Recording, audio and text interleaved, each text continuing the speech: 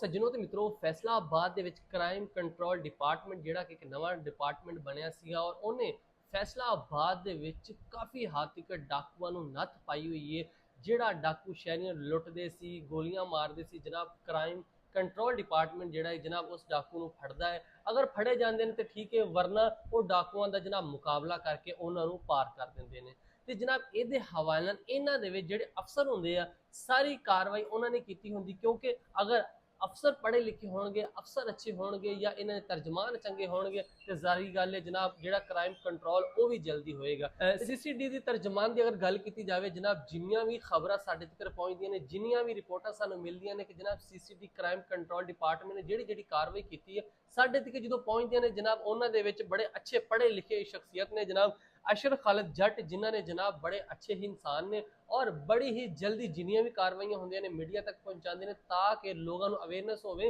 कि जो CCD department बनया वा ये लोग जो डाकू आ उन्होंने नत्थ पाई फिरदा वा। तो ये हवाले जनाब ये जो तर्जमान इन्हों के कोई 1-2 FIR भी दर्ज हुई सी, खैर हुण जी FIR सी अदालतों में जाके खारिज हो चुकी हैं, उन्होंने जमानत हो गई ने ਤੇ ਹੁਣ ਆਪਣੀ ਡਿਊਟੀ ਸਰ ਅੰਜਾਮ ਦੇ ਰਹੇ ਨੇ ਬੜੇ ਅੱਛੇ ਤਰੀਕੇ ਨਾਲ ਔਰ ਬੜੀ ਅੱਛੀਆਂ ਹੀ ਖਬਰਾਂ ਸਾਡੇ ਤੱਕ ਪਹੁੰਚ ਰਹੀਆਂ ਨੇ, ਕਿਉਂਕਿ ਜਿੰਨੀ ਦੇਰ ਤੱਕ ਫੈਸਲਾਬਾਦ ਦੇ ਵਿੱਚੋਂ ਡਾਕੂ ਖਤਮ ਨਹੀਂ ਹੋਣਗੇ ਉਨੀ ਦੇਰ ਤੱਕ ਫੈਸਲਾਬਾਦ ਦੇ ਸ਼ਹਿਰੀ ਆਪਣੇ ਆਪ ਨੂੰ ਮਹਿਫੂਜ਼ ਨਹੀਂ ਸਮਝਣਗੇ। ਤੇ ਜਨਾਬ ਖਤਮ ਡਾਕੂ ਸੀਸੀਡੀ ਡਿਪਾਰਟਮੈਂਟ ਹੀ ਕਰੇਗਾ ਔਰ ਉਸ ਤੋਂ ਇਲਾਵਾ ਕੋਈ ਵੀ ਨਹੀਂ ਇਹ ਡਾਕੂਆਂ ਨੂੰ ਖਤਮ ਕਰ ਸਕਦਾ।